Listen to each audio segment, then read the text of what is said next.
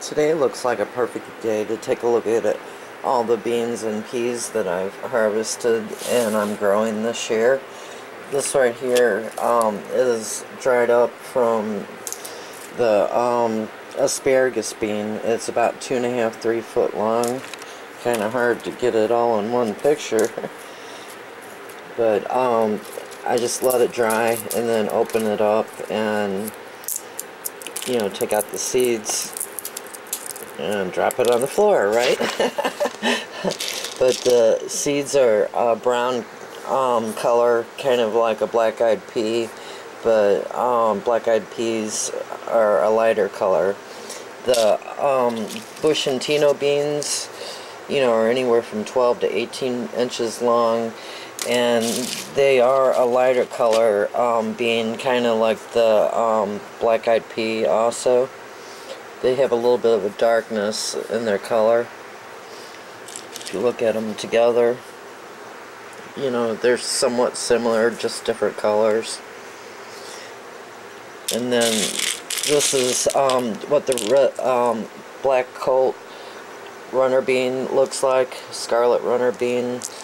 It's a pretty good size bean, and these are kind of wrinkled a bit because of all the rain we had, you know, affected, you know, the harvest on them, and I'm not sure if they'll be viable or not for next year. That's why it's really important for the next ones to come out, you know, in a better condition.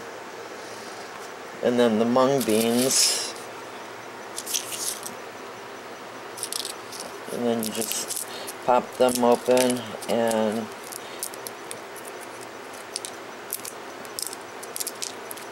drop them all. They're a little green pod.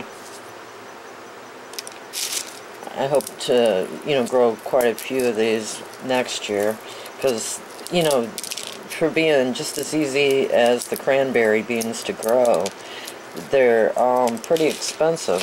They're 5 something, close to $6 a pound, where the what do you call that, the cranberry beans are maybe $4 and something a pound. Let me grab a cranberry bean. Okay, here's cranberry beans. They're kind of like a pinto bean, and you cook them basically the same way. They're a really pretty color, and the pods are green with spots on them also. And then here's the dwarf gray sugar peas.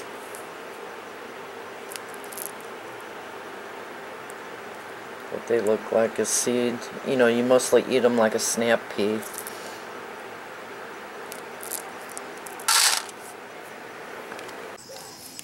Okay, here's some of the cranberry beans you saw that I harvested about a month ago. All I did was poke a hole in the soil and plant them, and here they are, ready to bloom. And right next to them is the mung beans.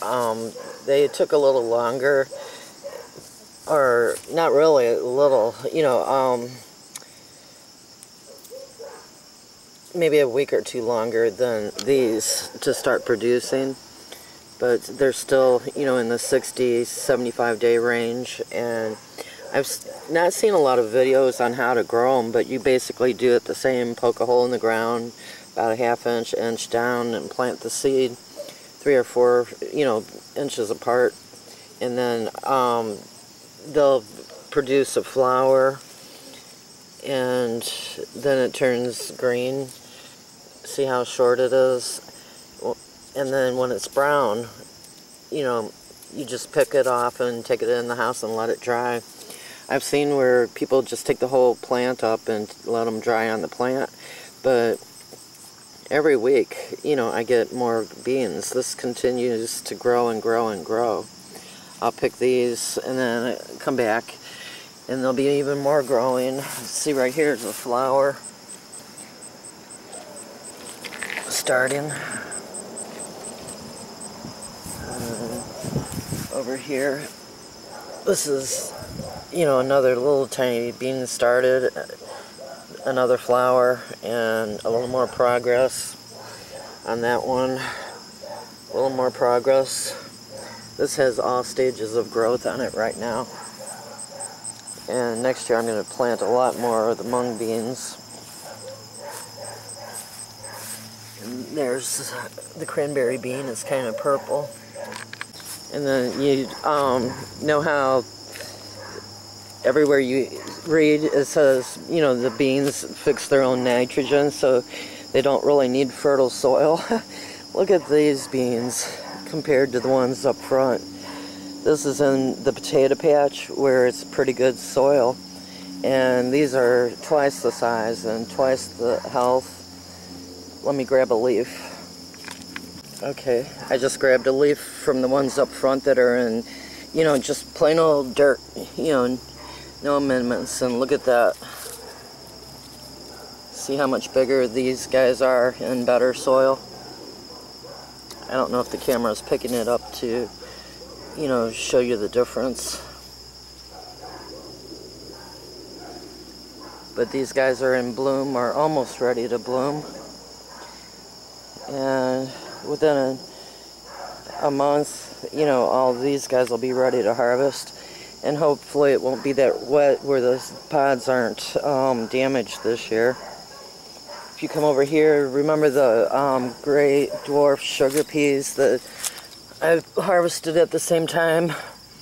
I soaked them in water for a day or so and popped them in the ground, and they're almost ready to start hanging on the fence and regrowing. I just hope we have enough sun to help them get along and grow. I forgot to show you what they look like. They're just like a green shriveled pea. Then over here, these are the Burshantino from Sri Lanka, and these are the black colt runner beans. You saw me in a past video taking a paintbrush and bringing it in to pollinate. Look at all these babies, you know. This plant requires a bee or a hummingbird to be able to get into the center. See how closed up that is? They have to get all the way in there and down in there in order to pollinate this plant. All the rain we had this year prevented, you know, the pollen from working, so I've just got a handful of these guys. And then you come over here to this one, and there's a flower in bloom. See how big the flower is? And then this is the start of 2 beans on each side of it. And then here, this one's probably, let me show you with my hand and arm how long it is. Probably, say, 18 inches long. Okay, the last plant is the asparagus bean. This one's in bloom, you know, and like the Bushantino, they're only open for a couple hours, a few hours in the morning. And you can see the baby beans started on this one and that one. And you see right here is one that's almost ready to harvest. It's probably close to 2 feet. I could go ahead and pull it off right now and cook it up for dinner, or let it get to 3 foot.